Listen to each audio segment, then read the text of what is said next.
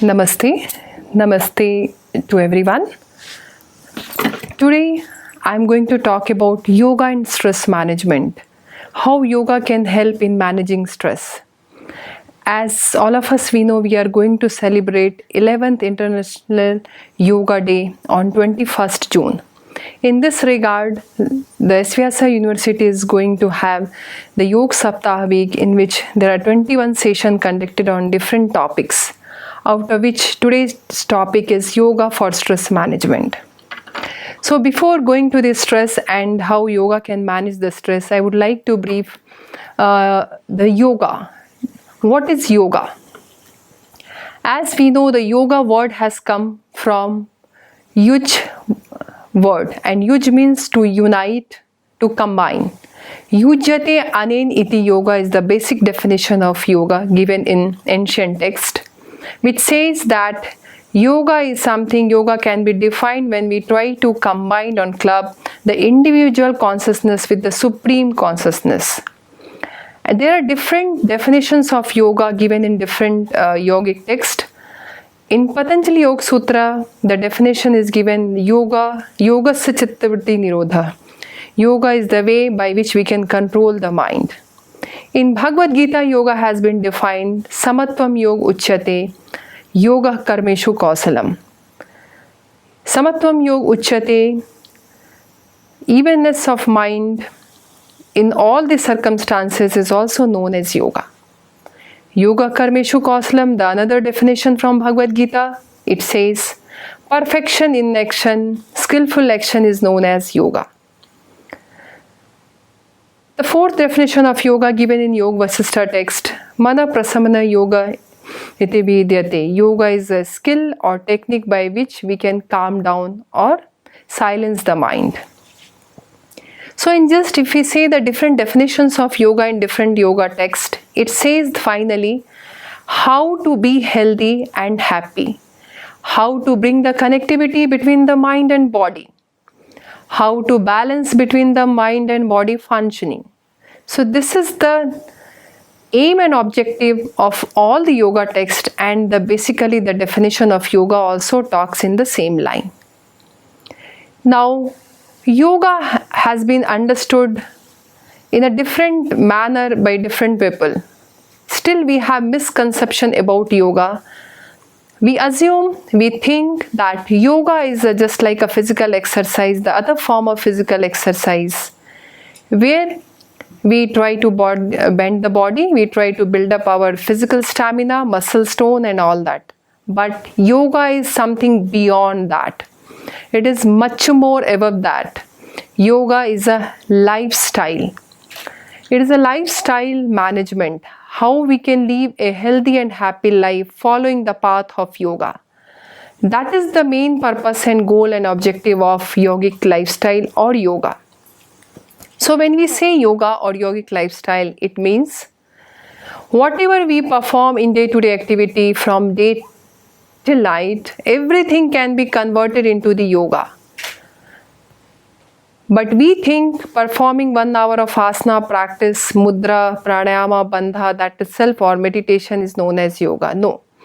It is just a part of that. Yogic lifestyle combines each and every activity, whatever we perform in day-to-day life. Everything can be converted into the yoga when you add the component of awareness. That awareness can be the physical awareness, mental awareness, emotional awareness, number of many things comes together. So when you add the component of awareness which is missing in our day-to-day activity, that all the activities can become yogic activity, and the lifestyle can be converted from a normal lifestyle to the yogic lifestyle.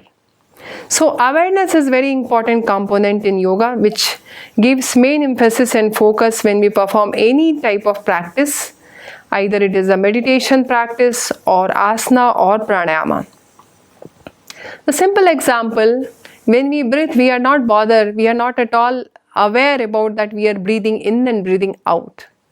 When you add the component of yoga, adding the component of awareness into breath, it becomes pranayama, it becomes kumbhaka.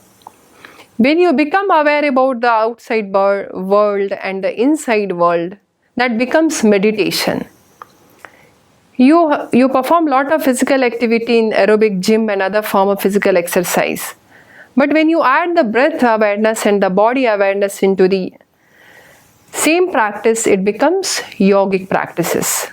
So the main purpose of yogic lifestyle is to whatever we do, it should be awareness focused, and we should be very much aware, alert and attentive whatever we perform, and should be dedicated and surrendered to the God.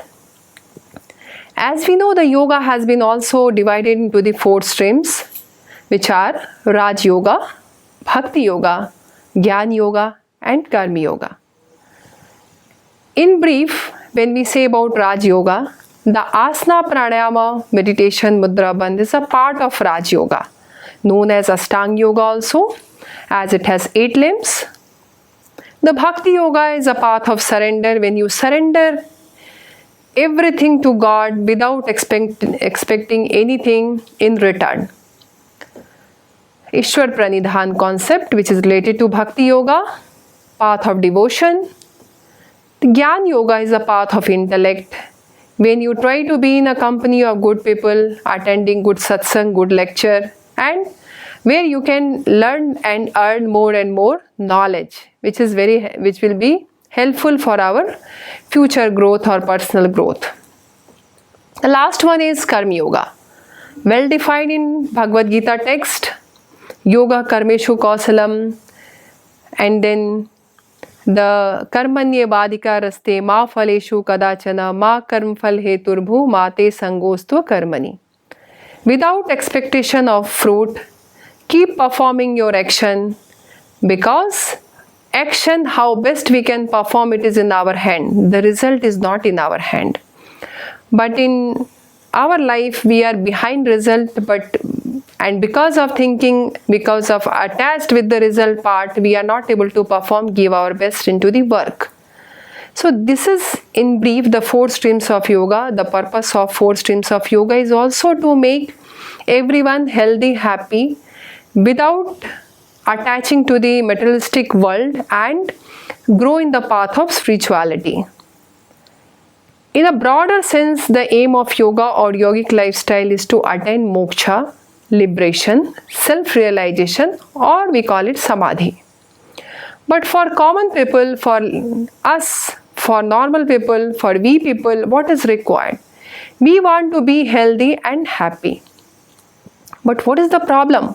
Why we are not able to maintain the health and happiness of our mind and body?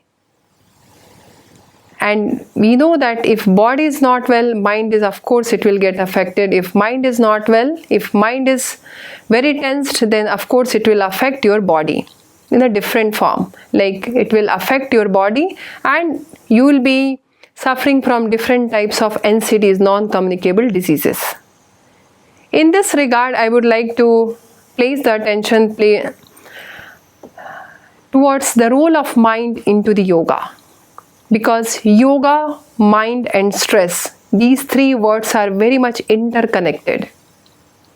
When we say yogasya chittavritti nirodha, the definition which I said in the beginning, Maharshi Patanjali says yogasya chittavritti nirodha. And mana prashamana upaya yoga iti bhidyate. Everywhere the definition of yoga also given more emphasis, more focus into the role of mind, the activities of mind. As we know, our mind is like monkey mind, moving from one thought to another thought, jumping from one tree to another tree like monkey. Without focusing on one thought, it keep moving, keep jumping without our awareness, without our attention, because we are unable to control our mind. And if you are able to control the mind, then there's no problem. No problem will arise in your day-to-day life. In your whole life, you will be peacefully and healthy. But it is very, very difficult. It is a challenge for all of us. It's very easy to say, but it is very difficult to practice in day-to-day life. Mind plays an important role in our overall well-being. As mind is like a monkey mind, controlling the mind is a very difficult task. You can do anything in your life, but if you can control the mind, then no need to think about anything. And how to control the mind? What is the necessity to control the mind? Why? Because all the problems are lying in your mind, not in your physical body. Take an example when we say why mind plays an important role and how yoga is connected to that. One example, suppose one student tomorrow he or she is going to write final exam or anything, any crucial situation is going to come tomorrow. So for that what happens, mind is unable to take it as a challenge, and mind is just thinking that how the day will come, how I am going to face that challenge. We only think about how to get a good grade in the exams. We are not at all bothered how much I have to prepare to get the good grade. So our focus is just being diverted instead of paying attention towards the work, towards study. We are thinking about the result part, which is the core concept of Karma Yoga. So what happens, we are unable to control the mind where we should pay the attention. Instead of, the mind is moving from unnecessary thought to the necessary thought. So difficult, very, very difficult, very, very challenging aspect of mind. And how to control the mind, where the role of yoga comes into the picture. As I was mentioning that mind plays an important role in handling all types of body related issues also, because as we know that all the NCDs are psychosomatic. First it affects your mind, then it percolates into different system, into different parts of the body depending upon individual weaker section. All NCDs, either it is hypertension, asthma, arthritis, diabetes, each and everything is just the root cause of all the problems are lying in your mind, not in your body. So everything, all NCDs are psychosomatic. Psycho means mind and somato means body. So first of all it affects your mind, and then finally it affects your body in different form, taking the shape of different types of NCDs. So how to control the mind? Controlling the mind is not an easy, because if you are able to control the mind, then obviously you will be able to come from all these problems. In this connection, the role of the stress comes into the picture. Why? What happens? Why we are unable to control the mind? Because we are into the stress. We are into the tension of the same example. If I say thinking about result, we are very much tensed. What is going to happen tomorrow? What I can do today, I am not bothered. What I can do, what is in our hand? In my hand, how best I can perform my work, how best I can study for exam. But I am thinking something which is not in my hand, that is result. So their mind is, flickering, fluctuating or deviating from unnecessary thought to unnecessary thinking process, which will destruct your mind and lead to the many kinds of causes, problems. So stress, we have to understand, and we have to understand what is the role of stress and how stress can be controlled. And if you are able to control the stress, obviously the mind will be also controlled, because mind, stress and yoga, all three are connected to each other. Now you can ask one question, why stress is necessary for our growth, or is it not necessary?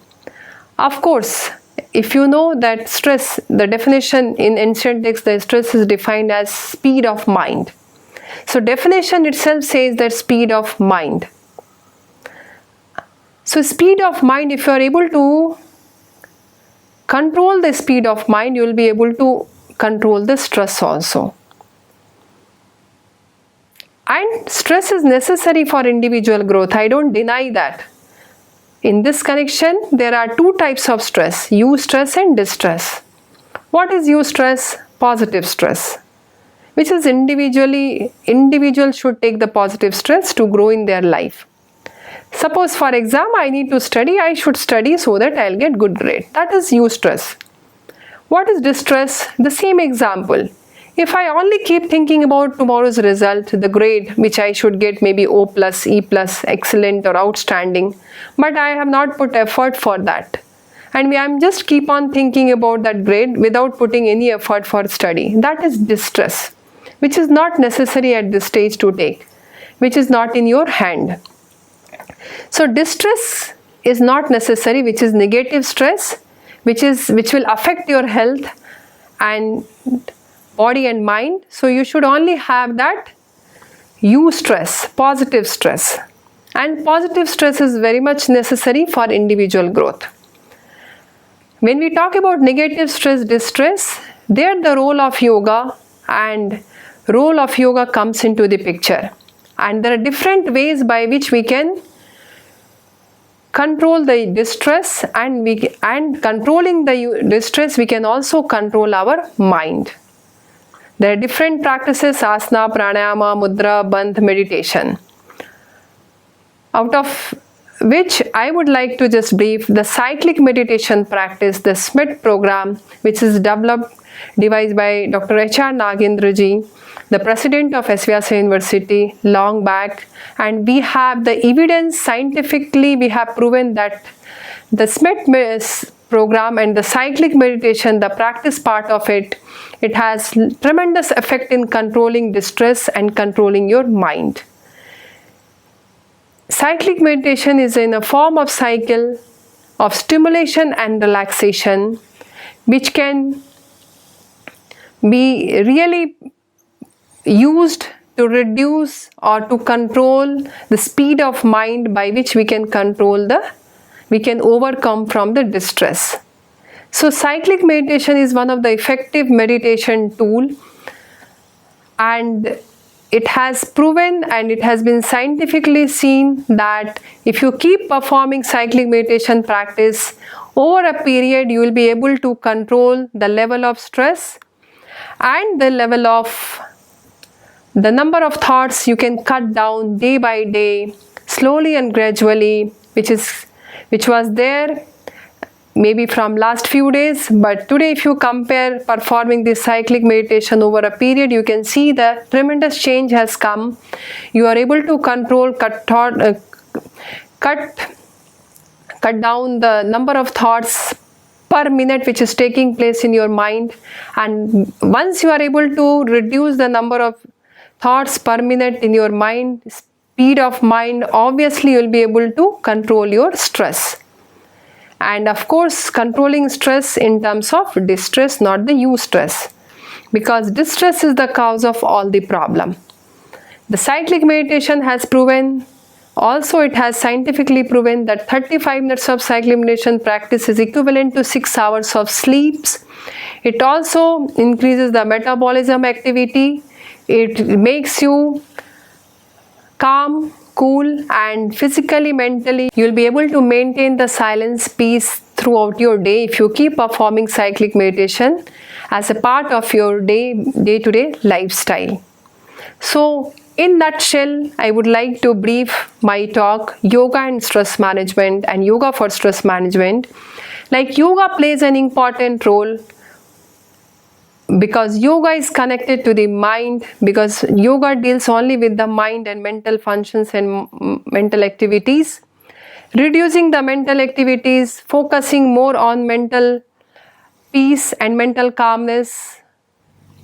Using the cyclic meditation technique as one of the yoga module, you can overcome from distress, the negative stress. So in nutshell, at the last, I would like to conclude saying that the role of yoga for stress management plays an important role because it directly controls your mind, and by controlling the mind, you can gain the balance between body and mind connectivity, which is the whole purpose of yoga, or which is the purpose of everyone's life to attain moksha in a broader sense, in the narrow sense for us, for common people, to maintain the health and happiness forever throughout our life and spread the same happiness around you, surrounding to the society.